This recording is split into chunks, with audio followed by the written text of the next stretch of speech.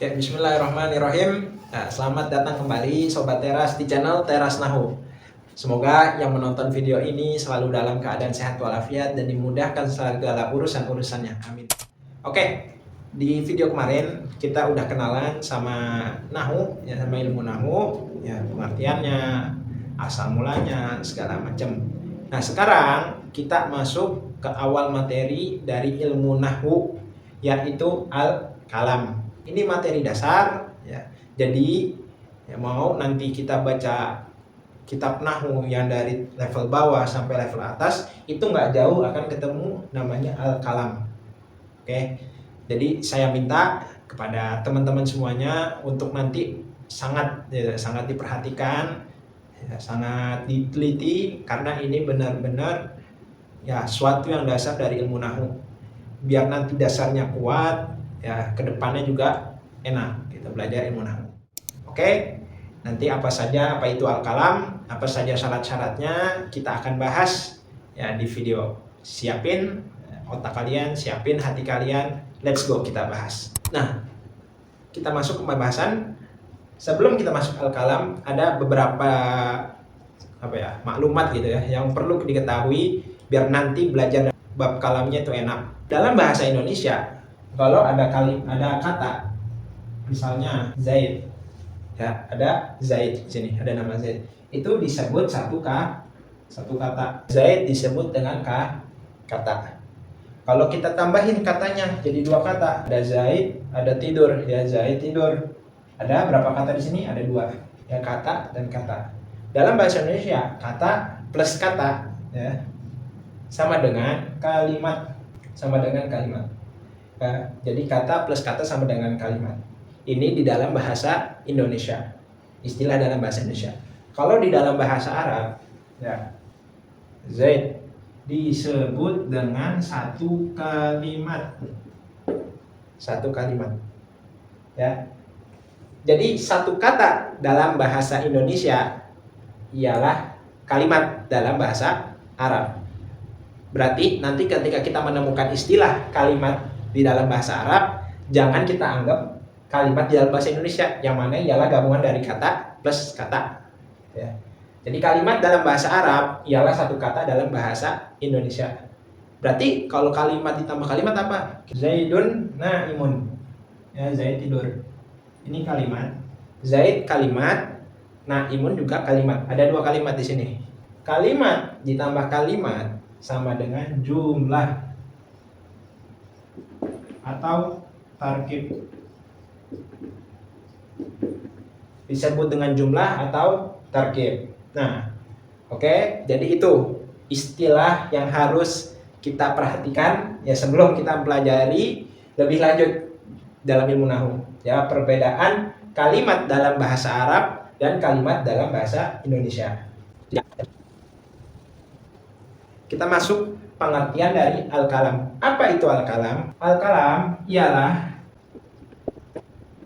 al-lafdhu al-murakkabu al-mufidu bil wad'i.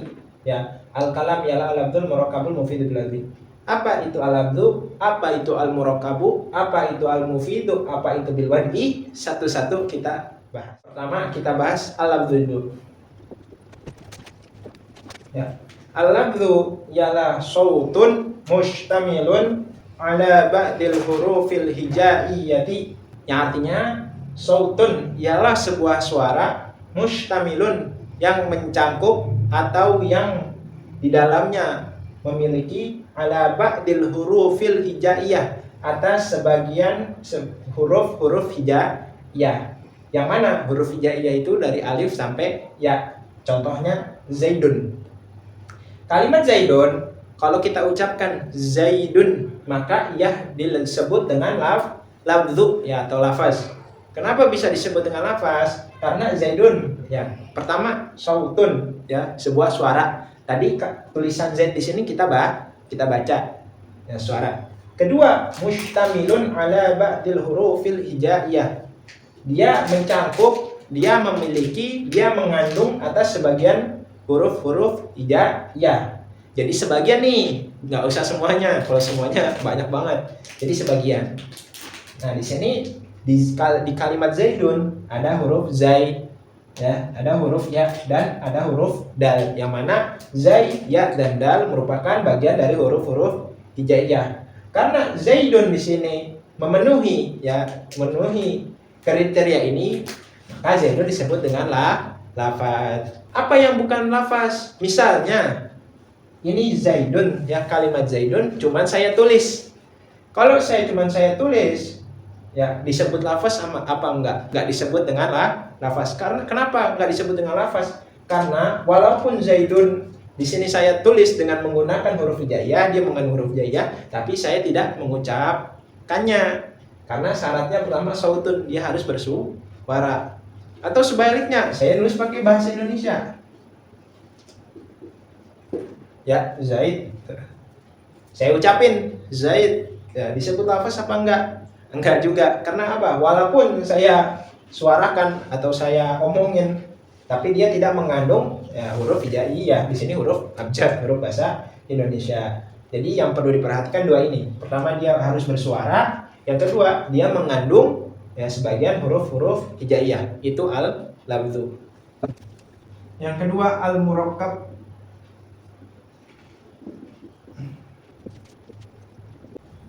Yang kedua, al-murakkab. Apa itu al-murakkab? Ialah ma tarakkaba min kalimataini fa aktsar.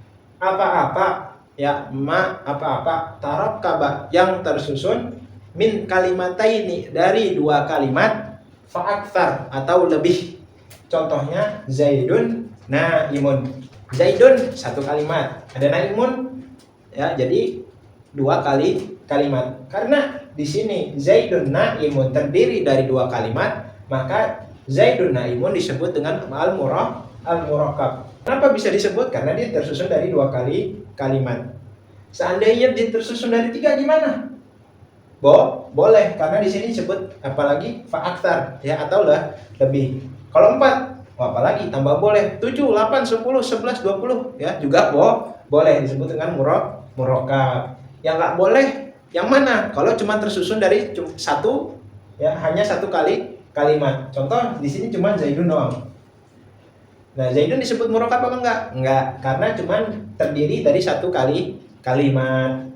Ya, jadi inti dari murakkab ialah tersusun dari dua kalimat. Ya, minimalnya dua kalimat. Ini yang harus diperhatikan dari al-murakkab. Oke. Yang ketiga, al-mufid. Apa itu al-mufid? Al-mufid ialah ma'afada faidatan, apa-apa yang memberikan faidah.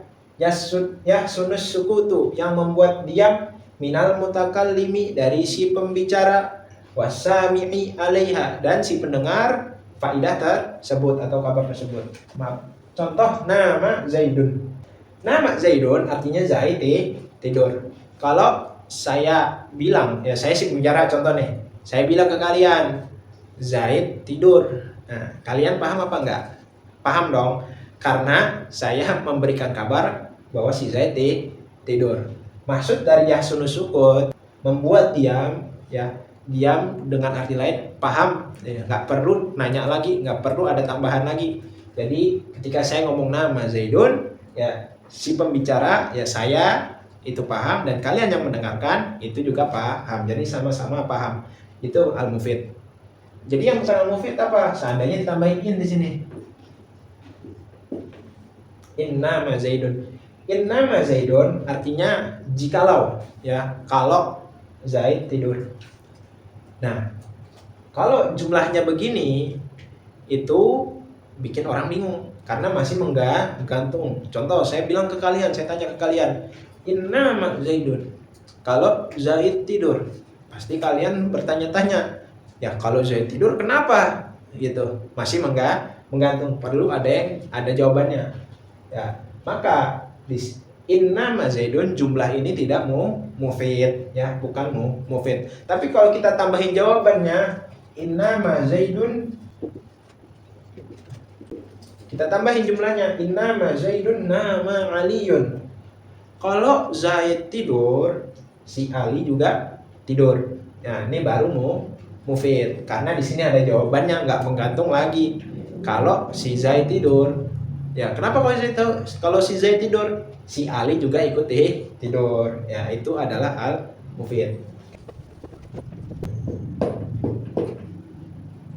Yang terakhir, yang keempat, bil wad'i, yang artinya bil qasdi, mempunyai maksud, mempunyai tujuan, disengaja. Saya ngomong, nama Zaidun, ya Zaid tertidur, yaitu disengaja karena saya ingin mengatakan hal tersebut. Mungkin saya ingin mengabarkan ke kalian bahwasannya si Zaid tidur. Berarti yang bukan bil wadi apa? Yang di luar dari bil wadi, ya. Ya bil ghairi qasdin, mereka yang berbicara tanpa ada tujuan, tanpa ada arah, ya, tanpa disengaja gitu ya. Contohnya perkataan orang yang tidur, orang ngigo. Misalnya ada orang tidur, tiba-tiba terucap di mulutnya dia ngigo, Zaidun, ya nama Zaidun, ya Zaid tidur. Nah itu bil wadi apa enggak ya, karena perkataan orang tidur itu tidak mempunyai arah atau tujuan. Namanya orang ngigo, jadi nggak sadar. Nah, jadi setelah saya jelaskan satu-satu, al-lafdhu, al-murakkabu, al-mufidu bil wadi. Nah, keempat syarat ini 1, 2, 3, 4 harus terpenuhi. Yang keempat unsur ini harus terpenuhi. Maka kalau keempat syarat ini terpenuhi, maka ada yang namanya al-kalam. Ya, sesuatu itu disebut al-kalam. Tapi jikalau satu aja hilang, misalnya al-lafdhu hilang. Contoh, nama Zaidun, di sini tulisan doang, ya saya nggak ngelafazin gitu ya, cuma tulisan.